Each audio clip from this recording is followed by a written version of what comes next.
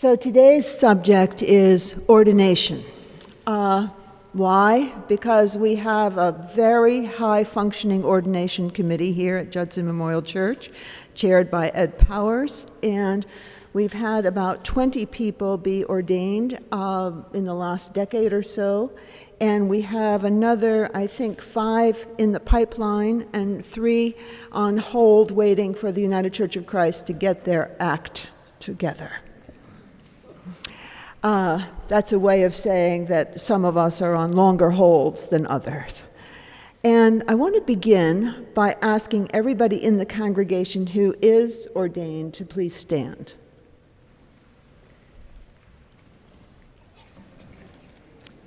That's what I thought. That's what I thought. Nice, good number.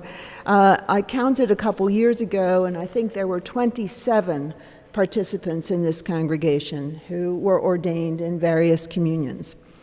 So ordination is about a call to ministry, usually ministry in or around a church, but also in a hospital or in some kind of setting that is some kind of not-for-profit, but most often in some kind of congregation. It is defined by the wisdom of the church, and some of you I know question that wisdom, as the work of word and sacrament.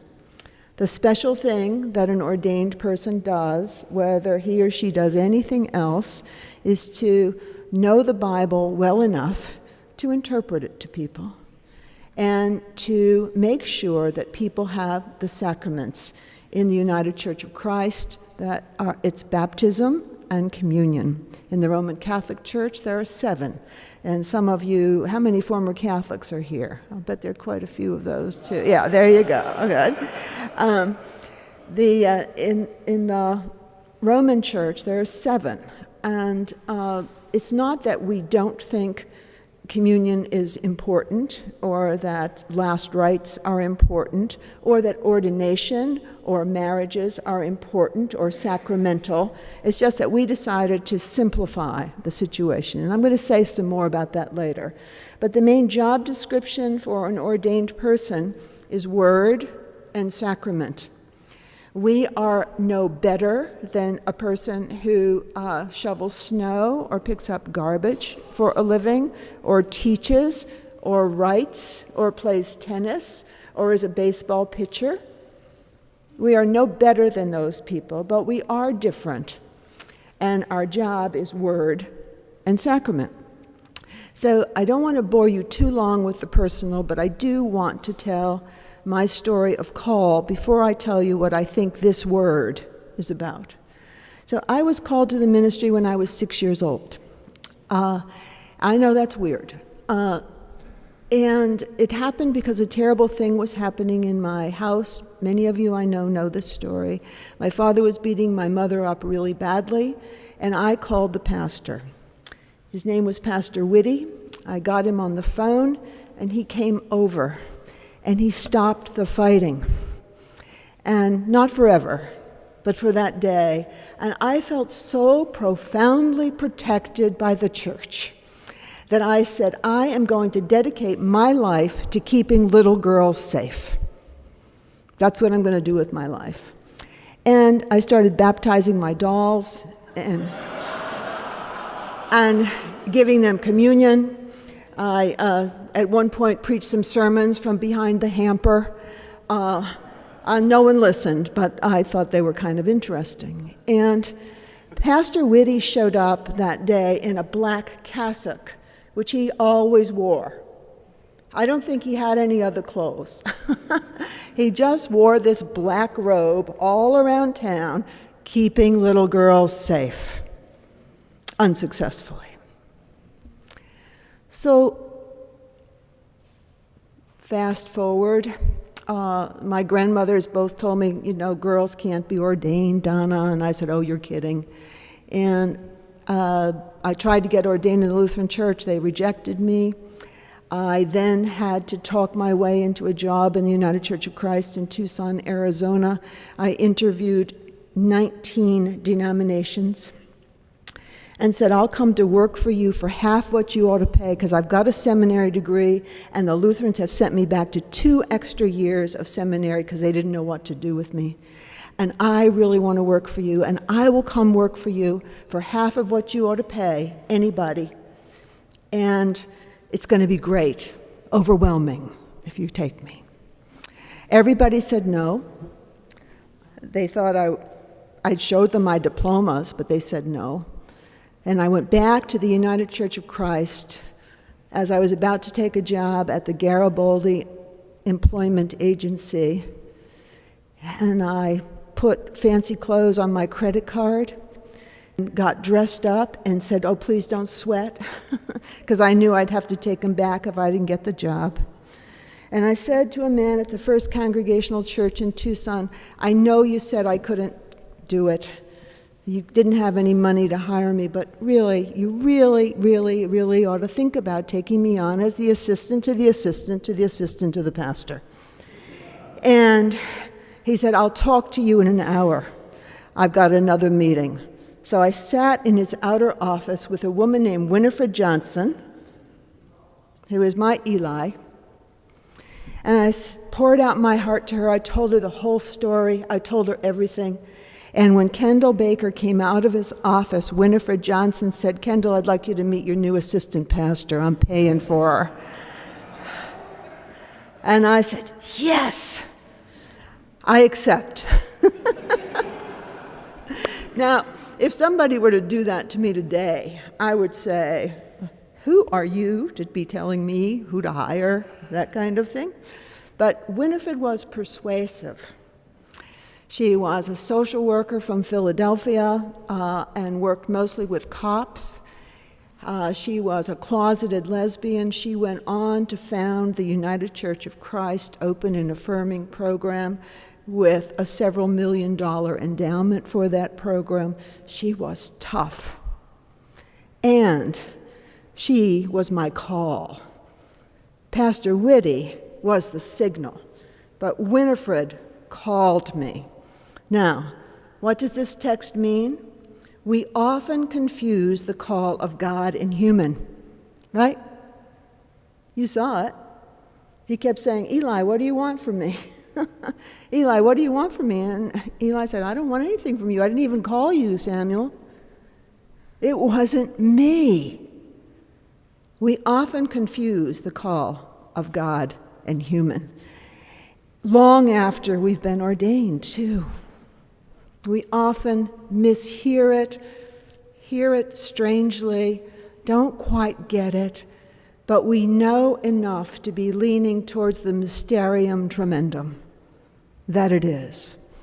Now, job description, word, and sacrament. Also, we get special clothes. So, one of the things that bothers me the most, and by the way, I get these clergy shirts from Hot Clergy in Geneva.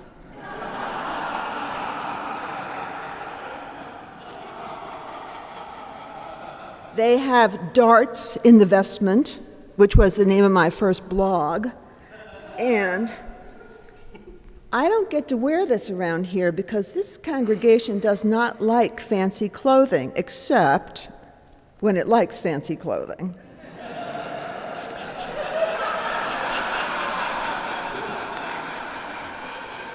Right? You all remember hair and nails on Pride Sunday. That was fabulous. Anyway, I sort of diminish this thing, this outfit, and I have them in several colors, because I only wear it on the street. Now, I had so many more vestments when I got to Judson, but because we had all these community ministers, we had to dress up to go do something on the street. I've lost all of them. They've been given away. And the beautiful paten and chalice that I was given at my ordination in Tucson has also been broken. That happens, right? But that's our equipment. It's not the best thing about clergy that we only look like clergy on the street. Kind of hypocritical, isn't it? But one of the things you need to know about clergy is that we are as sinful as everybody else. The bread is good, even if the delivery system is not. The bread is good, even if we use power this way. When we go to see ICE or go to see the governor or go to see somebody else, we all dress up like clergy. Why? Because Roman Catholics have the most power. And nobody would think you were a clergy person if you weren't wearing this. And because the work of the street is also holy.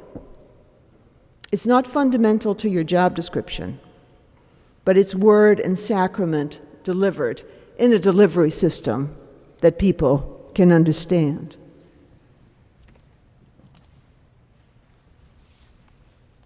Another symbol, Michael's wearing one. Michael's wearing the kind of stole that came out of the first sanctuary movement. Remember, Nicaragua, Salvador, 80s. Those stoles are everywhere in the United Church of Christ right now, and they are made there. And most of us have one or two of them. It came out of that first sanctuary movement. This stole has the United Church of Christ symbol on it, and it's got a comma someplace, comma and a rooster. And the stole, more importantly, represents the yoke of Christ. It means that the yoke is easy and the burden is light, and you can probably not find a clergy conference to go to where people who are ordained believe that. Because the yoke, Jesus thinks, is easy. And the burden, Jesus thinks, is light. But actually, because of that extraordinary confusion that is ongoing between Samuel and Eli, because you may be able to sing, hush, hush, somebody's calling my name, but you hope it's not the personnel committee or the board of directors or people who are the body of Christ. And it is not easy to distinguish for an ordained person which voice to listen to at any given time. Which takes me now to you. The work of the human being is holy. Very, very holy. Very beautiful. And it is very hard to distinguish whether it's the voice of the divine speaking to you, or it's somebody's who's your boss, who likes to tell you what to do. What it means to be a Christian is to have some people who are set aside. Perhaps they're even considered the lead voice in the choir. But if you've ever been a lead voice without a choir, you know how that doesn't work so well either.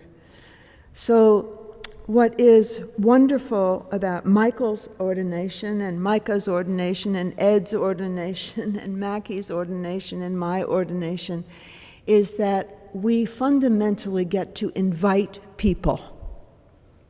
That's our job, is to invite you into the holy space to do your holy work and to support you and empower you. Of course, we have the work of hatching, matching, and dispatching, right? But that's a part of most of your life. At some point, certainly the hatching and dispatching. What a privilege it is to be alive.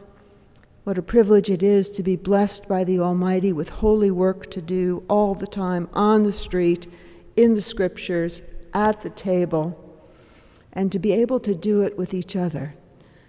So fundamentally, I think this text is about that perennial confusion of the divine voice and the human voice. But it's always true that somebody's calling your name, my name, our name. And by the way, because God is so naive, God trusted the power to the people to call us. So you may think it's God who's calling you, but you're going to have to get through the ordination committees too. Amen.